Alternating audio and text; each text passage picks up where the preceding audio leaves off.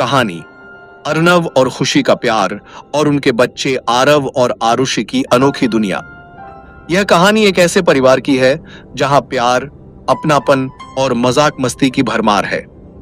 अर्नव सिंह रायजादा और खुशी कुमारी गुप्ता की प्रेम कहानी किसी परिकथा से कम नहीं थी।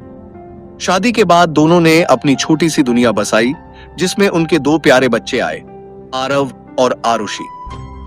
आरव 14 साल का एक शांत और समझदार लड़का था, जो अपने पिता अर्नव की तरह गंभीर और जिम्मेदार था।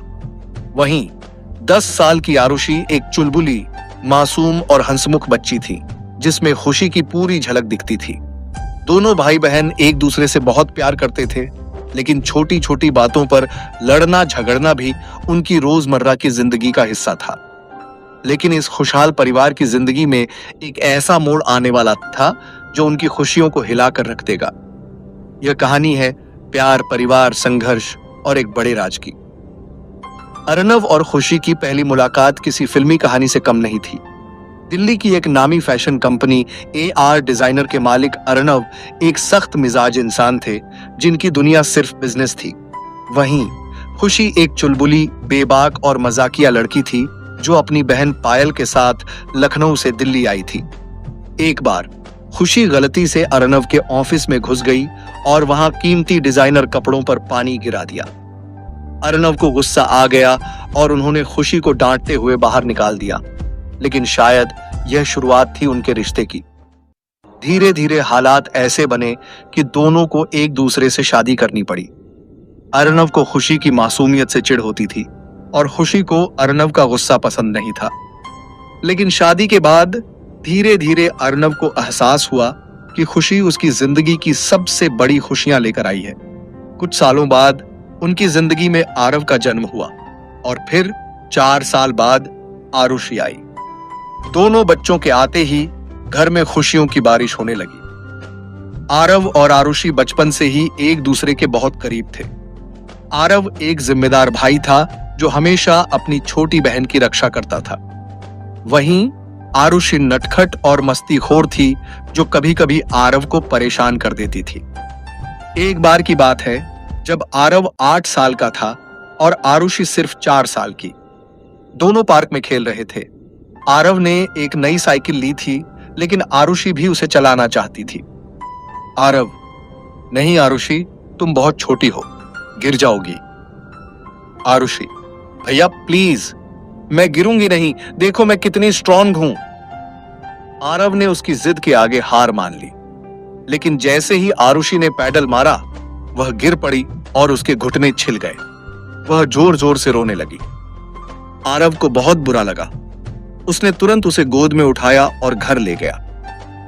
खुशी ने जब देखा कि आरव अपनी बहन के घाव पर फूंक मार रहा है और कह रहा है, अब दर्द ठीक हो जाएगा ना, स्विंगल तो उसकी आंखों में आंसू आ गए।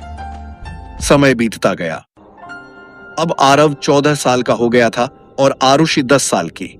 उनकी जिंदगी हंसी खुशी चल रही थी जब अचानक एक अजीब घटना घटी। एक दिन आरव को अपने स्कूल की लाइब्रेरी में एक पुरानी डायरी मिली।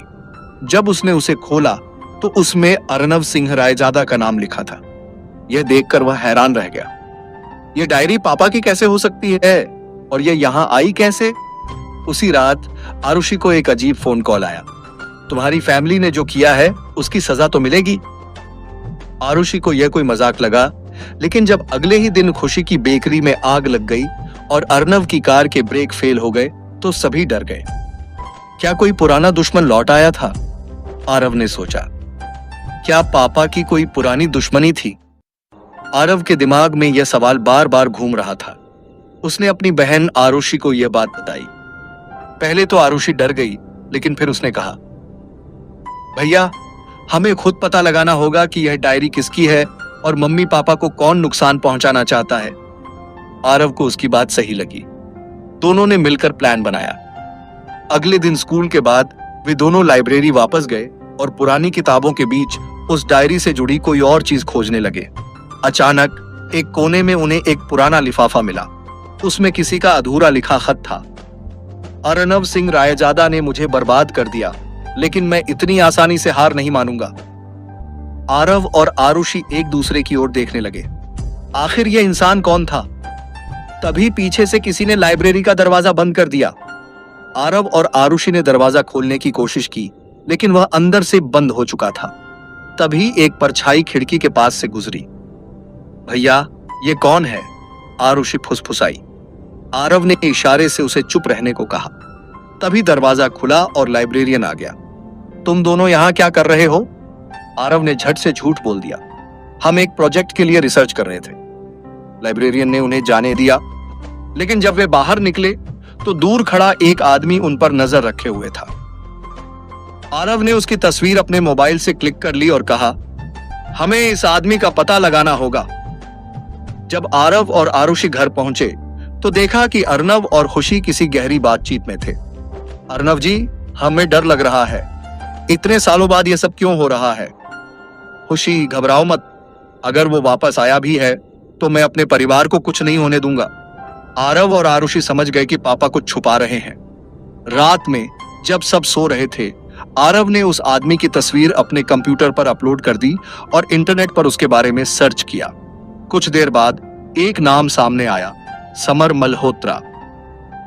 आरव की सांसें थम गईं। यह वही नाम था जो उसे उस पुराने खत में मिला था। क्या पापा और इस आदमी का कोई पुराना झगड़ा था? उसी समय खिड़की के बाहर एक परछाई दिखी।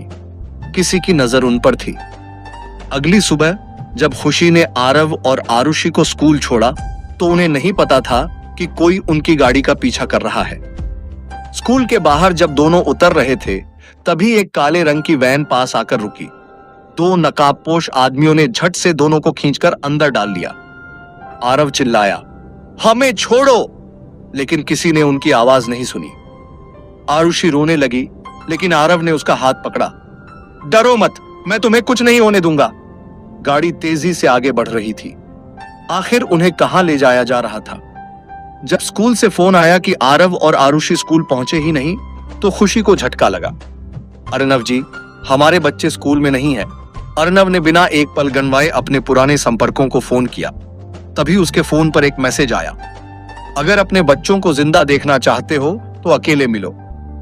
खुशी ने रोते हुए लेकिन गुस्से में अर्नव से पूछा, बताइए अर्नव जी, ये सब क्या है? कौन है ये लोग? अर्नव ने पहली बार खुशी को अपनी पुरानी जिंदगी का एक राज बताया। सालों पहले मैंने बिजनेस में एक धोखेबाज आदमी को बेनकाब किया था। उसका नाम था समर मल्होत्रा।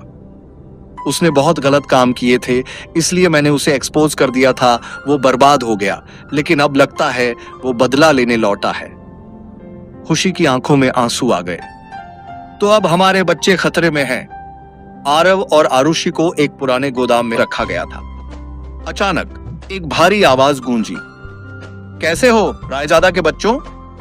सामने एक आदमी खड़ा था। समर मल्होत्रा, तुम्हारे पापा ने मेरी जिंदगी बर्बाद कर दी।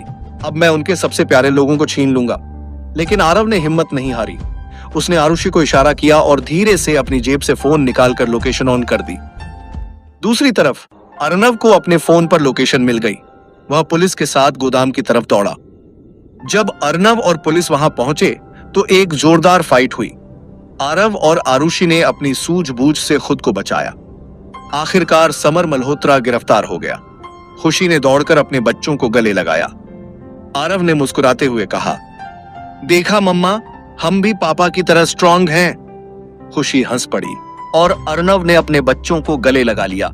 हमेशा याद रखना, कोई भी मुसीबत आए, अगर हम साथ हैं तो कुछ भी हमें हरा नहीं सकता। फिर से रायजादा परिवार खुशियों से भर गया। प्यारे दोस्तों, यह अनोखी कहानी कैसी लगी कमेंट करके जरूर बताइए।